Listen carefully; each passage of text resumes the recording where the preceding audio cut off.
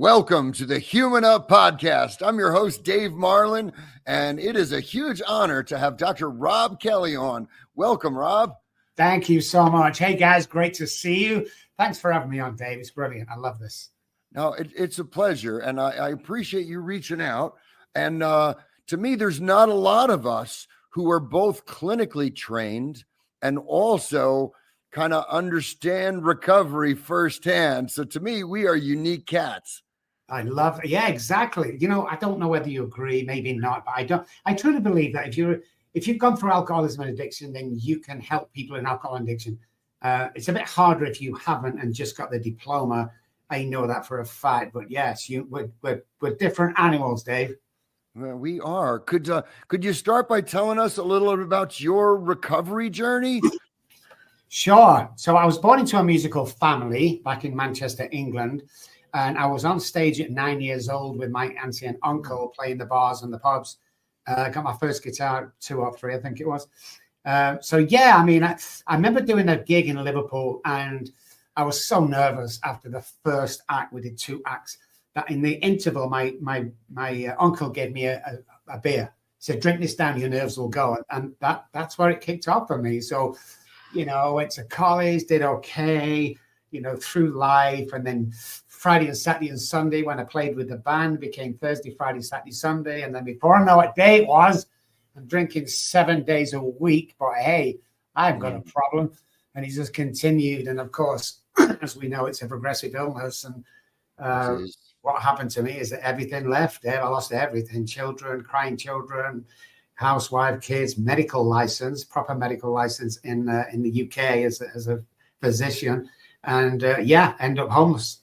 And that's where it took me. Died twice on the streets in England, actually.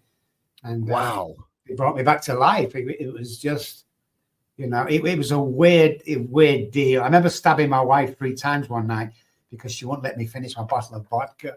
Stabbing her, yeah. And I had to flee to Spain because there was an attempted murder charge out on me. So yeah, I was in Spain for 3 months until all charges were dropped. It's crazy ride.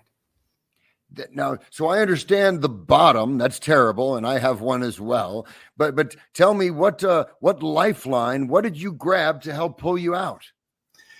Well, I had a spiritual experience that was wild.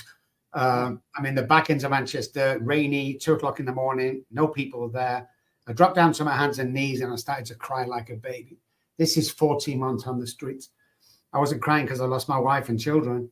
Right there and then, after everything I've been through, I realized I couldn't stop drinking. And it took all of that. So I remember looking up to the sky as an atheist, I don't know why, and said, if there's a God up there, I can't do this on my own anymore. 30 seconds later, a guy walked around the corner, middle of nowhere, missed his last bus home from a Bible study, took a shortcut he's never took before, come across me. He took me back to his house, and he said, "You can stay for as long as you want, Rob, but you've got to come to these meetings with me." And I'm like, "I don't want to go to the meetings."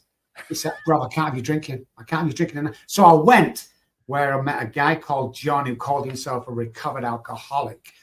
And that was an angel, was John, because we could never trace him after I worked with him. And 90% of what I do today is what he taught me. Oh, that's beautiful. Mm-hmm. And it's interesting. So you and I, we each were saved and in turn have learned that we could save others. Oh God, isn't that amazing? It's so beautiful. Isn't that a gift? He didn't give it to the surgeons or the politicians. He gave it to us, man. You know, when we've been down there. But yeah, man, it's been a crazy, beautiful ride. Oh, it is. And I absolutely share your enthusiasm as well as the spiritual impact. You mentioned you used to play music. Do you still play music? I have a full-blown music room in my house, drums, PAs, and I get some people to come around probably once every 3 months now. I have 6 guitars in the office. I've not picked one up for about a month or so. So, yeah, no, you know, I've got so big. I own 4 companies, so I tend to get busy a lot with what I do, you know. So, yeah, not as often as I like. Okay. Now I've heard you've been referred to as the Gordon Ramsay of the addiction world. Why is that? Well, Gordon phrased that. I know Gordon is a good friend of mine. He said, "I've heard you curse at people in the office," and I'm like, "Look, it's a no-nonsense disease what we're dealing with. Right. You want it or you don't." And I tell patients this, or patients' mothers and fathers, I don't care whether you come on board or not. It doesn't make any difference to me. But if you do, you're my guy. And what we found with the neuroscience that we teach today, the epigenetics and stuff like that, is, a lot of the times you have to shut the brain. You can't just sit there and go, "Hey, we're going to do this or what." So I'm known to curse. I'm known to be a little bit different to the other people in addiction out there. And we have a 98-day, I'm going to say it again, we have got 98% success rate with 11,500 patients with a money-back guarantee, which means if you leave us after 3 months and you relapse, you've got to be following our program and suggestions. If you relapse, I'm going to refund your money. Nobody in the world does that. We have an amazing program. Wow, that's awesome. I love the kind of hardcore Gordon Ramsay approach. One of my things I like to tell people is, when they're hemming and hawing about this, I said, well, good news. This is a progressive disease and it's going to get worse. So that's actually the good news. Yeah. Crazy. Now, I have some unique perspectives on trauma and the way it intersects with substance use disorders. I believe you do too, and ours seem to be a little different.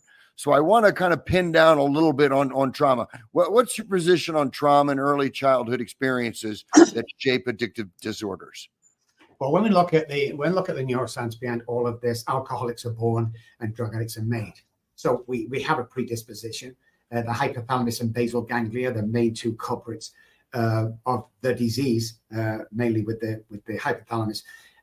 So people who suffer from kind of addiction and stuff like that, we hear things different because we're more sensitive to a trauma that's happened.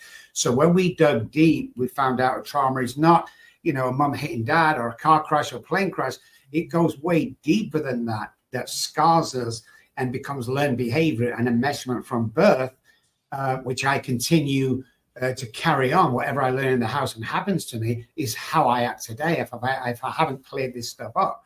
So we're very big on uncovering, discovering, discarding the childhood trauma. If we do not, and I believe everybody has it, if you say you don't have it, you're probably worse than other people that have it, because we block out, as you know, I'm not telling you anything you don't know, Dave, I'm speaking to the audience. We block most of our trauma out. It sits in the subconscious brain.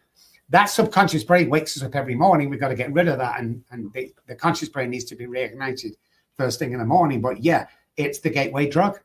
As far as I'm concerned, it's the gateway drug, whether you're alcoholic, addict, depression, whatever it is, it's the gateway drug. That's interesting. So after you explain that a little more, we're actually more aligned than I expected. I believe that addiction is a biologically based disease. And I think I was born with the gene defect and the propensity to compulsivity. Granted, I had traumas. Those affected me. I learned at a very young age. I was 16 when I learned the solution to all my problems was cold beer. And it progressed and got worse and worse until I was alone, locked in a room, and everything was gone. Now, when people tell me that, well, they drink because of the trauma, I usually say, I don't think so. Yeah. I drink because that's the way you're wired, or the way I'm wired. Now, I have had traumas which have exacerbated and facilitated this process to accelerate my dive into compulsivity, and then all the things that alcoholism takes away from us. I love that, Dave. I love that. Yeah, definitely. You're on line with me right there.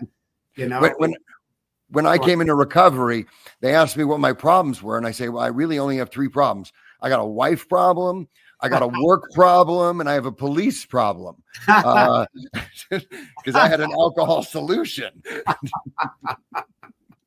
Oh, so true. So true. If it was only the alcohol we could stop, wouldn't that be amazing?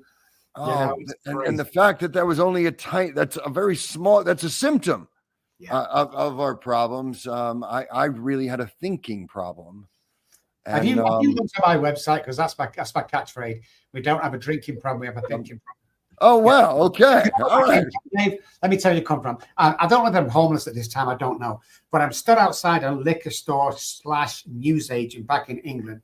I have a vest, pair of shorts, flip-flops on. I'm sweating and it's snowing. And I'm stuck outside the door and he knows who I am. And he opens the door quietly, gets me in, closes the door quick because he could get in trouble for this. And whatever happened, I don't know why it happened, Dave. I walked up to the counter and I put my 10 pounds on it. I got a banging headache. I'm sweating. I can't speak. And he puts the bottle on the counter and this is what happened. Hey, buddy, sweats went, shakes went, headache went. And I remember looking at the bottle, Dave, and looking back at the shopkeeper and looking back at the bottle. I went, holy moly, it's not about the alcohol. That's what it was. It's like I didn't believe that if it was the alcohol. Everything I touched turned to gold. As a young man, but I couldn't stop this. And I knew it was beyond my control. It's probably beyond human aid. We've heard that before. Yes, we have. That's why we went into the neuroscience and we went into the findings of the brain aggressively because I was pissed why I'd lost everything and not one doctor could tell me what was wrong with me. And they still can't today. Doctors, if you're listening, God bless you. You don't know the intricate details of alcoholism addiction. You want to stick somebody with a pill, And as far as I'm concerned, it's not always the case. There are times when we need medication. When it comes to sight, you've got to just be a little bit careful. That's all. Because we do that, David. If we're depressed, we say to our wives, hey, I'm depressed. Go and see the doctor. So we go and see the doctor. He doesn't ask about my diet, my exercise, my family, my work, he prescribes a depression medication. And I go home and I take it and all it is a false serotonin. 2 questions. Why isn't anybody asking why my serotonin is low in the first place? And secondly, I get people in all the time, Dave, and he go, Dr. Robb, you don't understand. I'm so depressed. And I go, okay, how long have you been depressed? About 4 years. Do you take medication for it? Yeah, I've been taking medication for 3 years. When do you think it's going to kick in? Because you're still depressed and you're still taking the medication. I don't get it. I don't get it. Yes, I've had the same conversation with clients who they're taking an opioid for pain. And I said, well, how long have you been doing this? Same thing, 3 years. Well, let's see. They were designed for acute pain. Right. You've now transitioned into chronic use. We're clearly into dependence. We've clearly developed tolerance. And when I quiz them about their pain, I usually hear emotional words as opposed to physical words as far as describing the pain. That's interesting. That crossover. In the context of healing, do you believe that fathers or parents carry a unique role in modeling recovery for breaking generational trauma? Fathers, as in they have the disease to change their children? Is that what you mean? I guess to summarize it, do you believe in generational trauma? 100%. Well, everything I talk about, we spent over 1.5 million on researchers over the last 20 years I've been here. The enmeshment and the learned behavior is the key. So when we look at enmeshment and learned behavior, it's either self-sabotage or it's nurturing. So we did lots of research around this with family systems that we do. Strong statement, but bear with me, guys. Anything less than nurturing is child abuse when we look at it. So if you're letting your kid go upstairs to game for 9 hours, first of all, I'll show you a future addict. And secondly, you're setting him up for failing, man. I mean, there's no communication skills, nothing like that. So I think household, even though we believe alcoholics are born, we've traced it back to imprinted cells and fetus level. But I think the surroundings around us can either make us or break us. And the experiment we did with a lot of people was the girl growing up in the family system, but the dad was an alcoholic and he used to come over a couple of nights drunk and him and mom would get into a fist fight. And she'd be watching this and they'd all go to bed, get him next morning and mom would go, I love you. And he, I love you too. Sorry about last night. What's the kid learning? she's learning that violence equals love. So when she leaves the house, she will attract the same person that ends up beating her and probably alcoholic, to the extent that if she meets a nice guy, she will self-sabotage that, because that is not love. Boy, I can't tell you how many times I've seen that pattern. Oh, crazy. Yeah, here's a meatball. What's the worst mistake a family member could make when their loved one is in active addiction? Well, for me, the first mistake we make, of course, is trying to enable. We always try and enable, so that's the first mistake. Are you helping or enabling? We believe that anybody can recover. We believe that we can cure addiction and Alzheimer's and stuff like that. Alzheimer's in early stages, depression, anxiety. So yeah, I mean, it's just, you just got to be a little bit sensible about this. It's a disease that needs controlling. And as far as addictions go, it needs curing, because addiction equals addictive personality. How do we know that? Well, we did our own trials on that, and 93% of people that come through our door in all 5 offices around the world started in the doctor's office. So there is obviously a learned behavior. If I take this, then obviously, so again, going back to the worst mistake you can make is people don't talk to each other. Like, people just think it's embarrassing. People don't want to talk because they think they're the problem and it's only them and they're the failure still in society today. So dialogue, number 1, brilliant. Ignoring it, no. If you think your kid's smoking dope or taking drugs in his bedroom or sneaking in alcohol, go search his bedroom. And the first things mum says is, oh no, I can't do that. It's his privacy. Either that or find him dead in a couple of months' time. Right. And then who do we blame? Well, we blame the both of you. There's no such thing as privacy if your kid's down the wrong way, because you can't change this shit and he doesn't have to die. Because that's the only reason I'm still in this game, Dave. I could have retired years ago. I'm sick to death of watching people die, especially from lack of knowledge. If you're going in the treatment center for his 3rd or 4th time and you're still paying 30 grand a month to get in there, shame on you, Mr. Treatment Center owner. What are you teaching? Because they keep relapsing when they leave your place. So what are you? I don't get it, and all of a sudden like your place is amazing. 100 people are amazing. You always get that 1 or 2 guys that are in this for the money. And I don't think there's a place for that, because they give us all a bad name. Boy, I have 2 things I want to mention. One, I might even be more draconian, where I tell people that if you have a person who has a substance use, anything you do, if you give them an allowance, if you give them the car, if you give them a sweater because they're shivering, if you give them a bowl of soup because they're hungry, anything you do to a person in active addiction is enabling, unless you just get them to treatment or you get them help. When you were on the street in Manchester or the only thing somebody should have done is just what that angel did, is grab your hand and bring you home and say, we're going to take you to a meeting and help you get well. Yeah. We that cycle needs to be broken, because it's progressive, because it's chronic, and because it's deadly. Yeah. I think a second thing I do want to mention, and hopefully I'll pique your curiosity. You might judge me when I tell you that I only have an 87% success rate. Oh, see what I'm talking about? That's what I'm talking about, Dave. Oh, that's what I'm talking about. But 80% of my clients are unhoused. I run a clinic in what's called the Corridor of Hope in downtown Las Vegas. We don't take any money. Every human who walks in, and we have 100 people each week who walk in our door, and we take them through a process. We kind of have 3 keys. We have immediate access. So if you're ready to stop, you walk in our door, we're going to help you. 2, we have integrated care with all the bells, whistles, and modalities.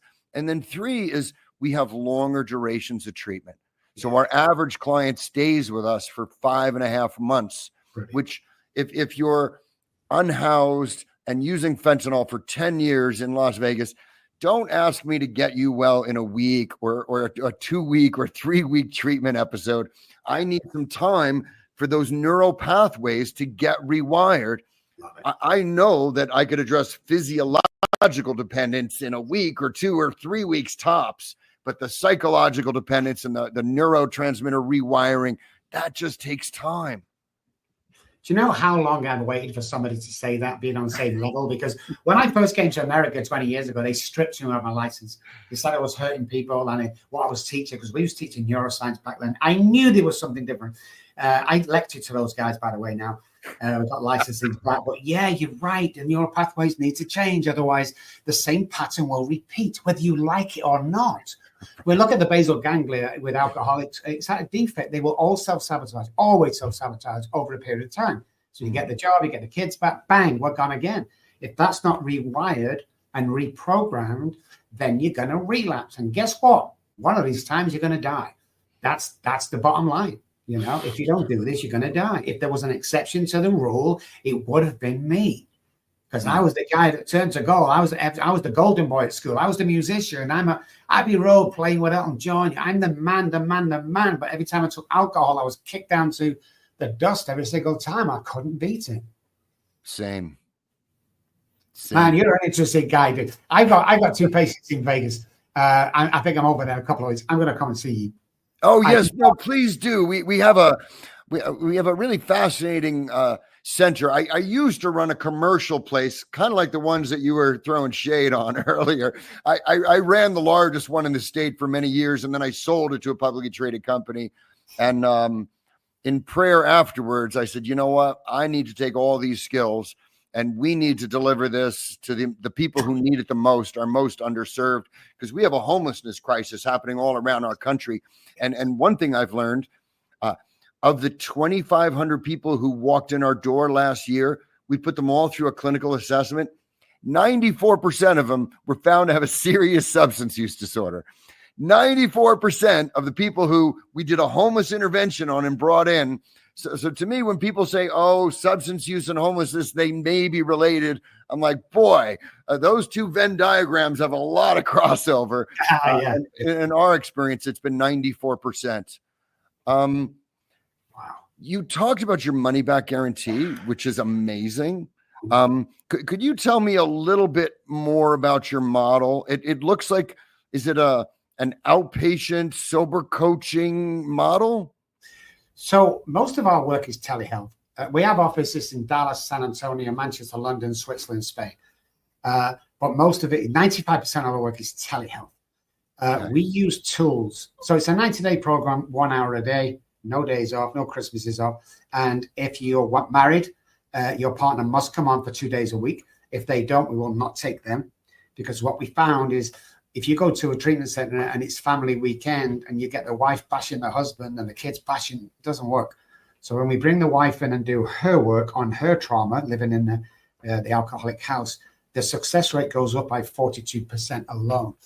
Wow. So, you know, both been to your same different rafts, and we'll pull you in as you do your own separate work. Use stuff like brain spotting, 9-dimensional subliminal messaging, NLP, we do somatic experience. We do a lot of subliminal work to change them patterns. Yeah, I mean, we go over the top with, I only take 4 patients on every 3 months, but we have 100 patients right now that all my therapists and coaches work with. I'm like a concierge doctor. I just work with 4 people at a time, but the model is the same. If we can reprogram the mind, or when we reprogram the mind, the behavior, clear up the hypothalamus. This is what I didn't understand about the hypothalamus. And guys, I hope this is some news you can take home. So when we studied the hypothalamus, we found out in alcoholics only, well, first of all, the hypothalamus controls like our temperature, but it also is our survival part of the brain. It tells us to drink water, eat food to survive. That's its main job from birth. It tells you that every day. The problem is with alcoholics, and this is why we are born and not made, you can't drink yourself and become an alcoholic, is the hypothalamus hijacks the alcoholic's brain at a certain point and tells the alcoholic to drink alcohol only. That's why everything else is de minimis, family, friends, because my brain, the survival part, is telling me I have to drink alcohol. Hence why I'm drinking 1 bottle and I'm already thinking where I'm going to get the next one from. Right. So we have a huge childhood trauma unit that cover 3 therapists there, cover all of that. And then that's the model. But it's everything. Like if you come to us and we say, "What's your dream?" I want to own a plumbing business. We'll get your website. We'll get you trained up. We pay for all of this. We'll get you business cards, stuff like that. So everybody lives their dream. So when they leave us, they know what life is about. They know their identity. Most people that come here. So when we have a connection, so my mind is energy, but it sits inside the brain. Hence, mind over matter. So the mind is the deal. When we connect with another energy outside us, this is proven, okay, and then my neural pathways change into a pattern that will never relapse, our DNA changes. Why is that important? People ask me. We're not the same people when we come in as when we go. So as long as you keep following our direction, there's certain things in the morning, certain things at night and during the day. If you continue down that road, our stats over 12 years in America shows the 98% success rate. We say to people, it's impossible to relapse. Unless you get one morning and go, you know something, I'm done with this. Then by all means, go drink. But if you've got well and you're not helping others, go drink. If you're not well and you're not making something of yourself for you and your family, go drink. It's not about getting well and sitting there in the same old apartment doing the same old things. 25% of our work in this company is pro bono. 25% is a lot for a multi-million-dollar company. We will also, veterans, I don't pay here. You kidding me? No veteran pays here. We do the best PTSD treatment in the world. Nobody pays, man, because I have a big heart. So all this combines becomes a life. It doesn't become a 90-day program. This is your life because we truly believe you have to get well in your own environment. So imagine having two houses, and let's say this is the family house with the alcoholic in, and they speak English. We're going to pick the guy out and stick him in our house, and we're going to recovery its own language. We teach him Japanese. And then when you pick him up and put him back in the house, guess what? He's going to start speaking English. We need both houses to be speaking Japanese. So when we stick him back in, everybody's done their trauma work. Everybody knows what's going on, and they have the information to go forward and be happy. That's brilliant. I often will tell people that this is a family disease, and that once somebody comes here for 5.5 months and they get well, their family must participate in treatment and heal. Otherwise, one of two things could happen. Either the whole family and the addict heal, or the addict heals and they must extricate themselves from the family if they want to stay clean and sober. Oh, I love you, Dave. If they put them back in a broken system, the pattern's going to repeat itself. Yes. Like God, your Japanese and English example. Yes. My God, I can't believe we're having this conversation. Now, you talked about neuro-linguistic programming, which I understand very well. I don't know if all our listeners do.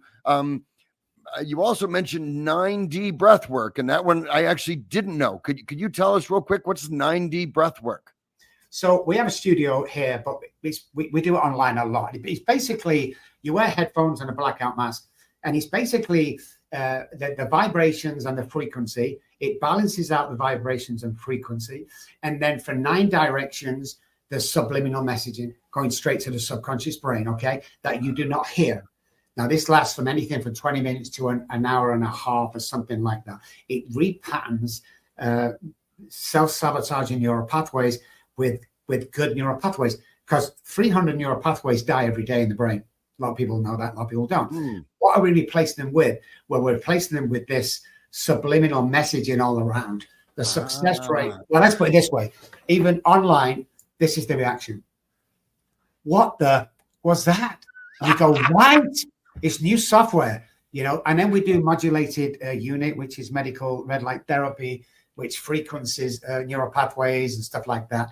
And then we have a belt with that, because a lot of people know is the 4 chemicals in the brain: dopamine, oxytocin, serotonin, and endorphins. We all know that.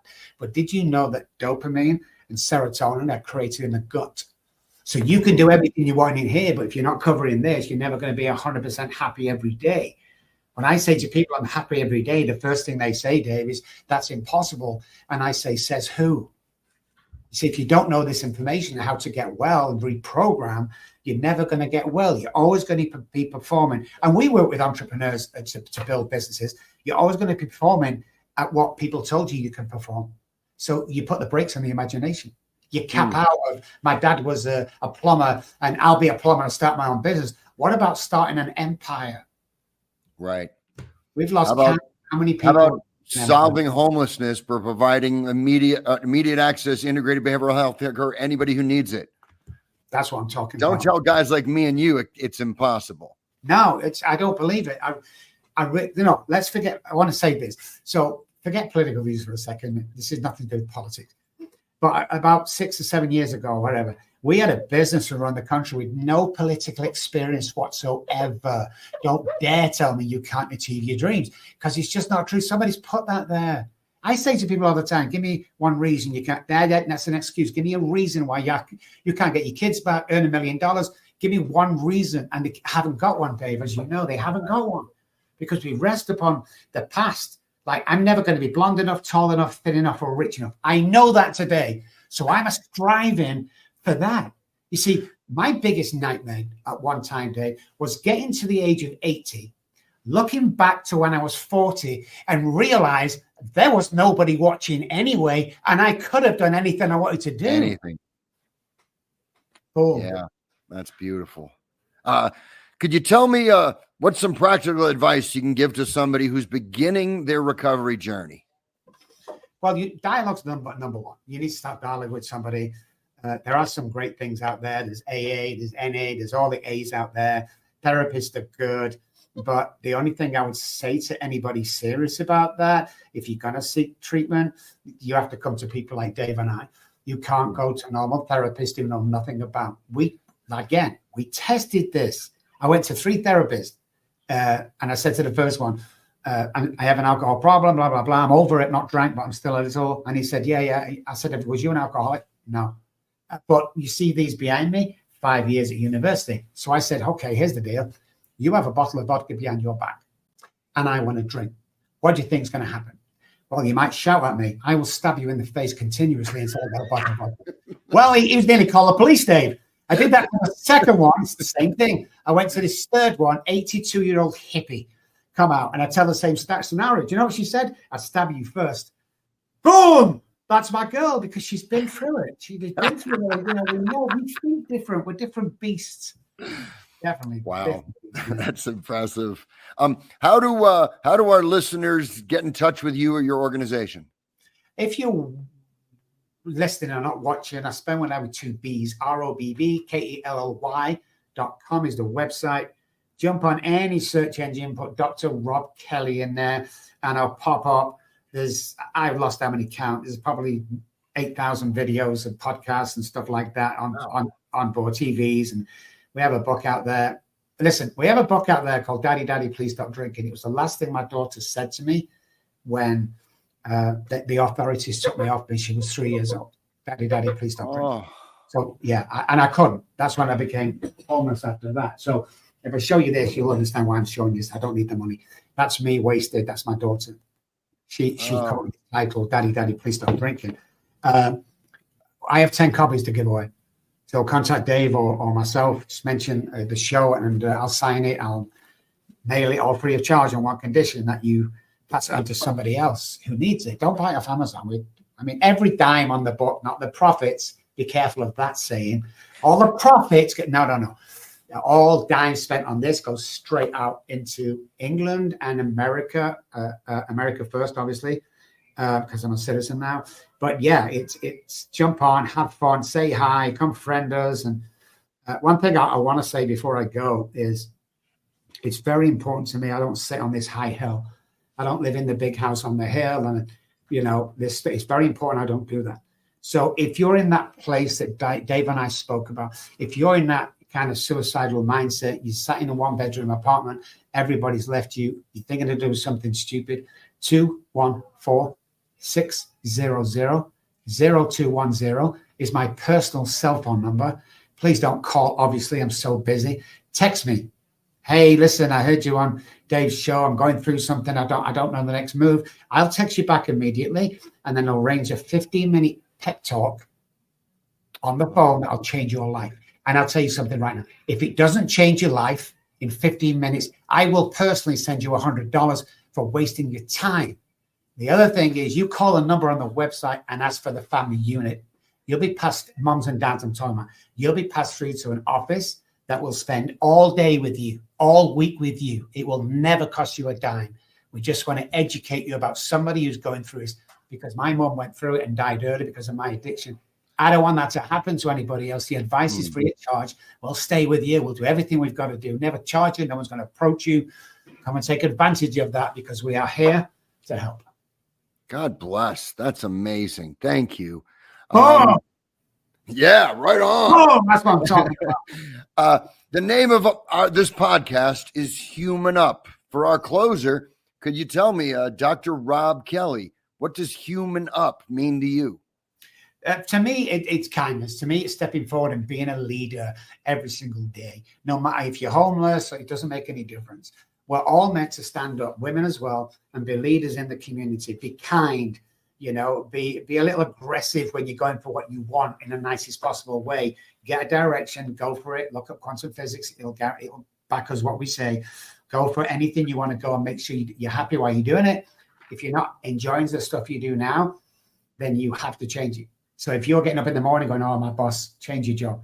If you're going home to eggshells every single night with a partner, change your partner. It's not that easy. It really is that easy. That's beautiful. I 100% agree. I know Dr. Adler, he talks about the client who was engaging in compulsive behavior. And he said sometimes he couldn't engage, and he would come home and he'd say, finally, I could do what I really wanted to do. And I could, make dinner, and I could sit on the couch and read a book. We all have that freedom to be able to do what we really want to do, utilizing this reprogramming of our brains, which sounds like exactly what Dr. Robb Kelly has mastered, is something beautiful. Dr. Kelly, thank you so much for being a guest.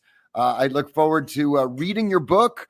I look forward to seeing you next time. Thanks very much for being on Human Up. Thanks, sir. Great to see you guys.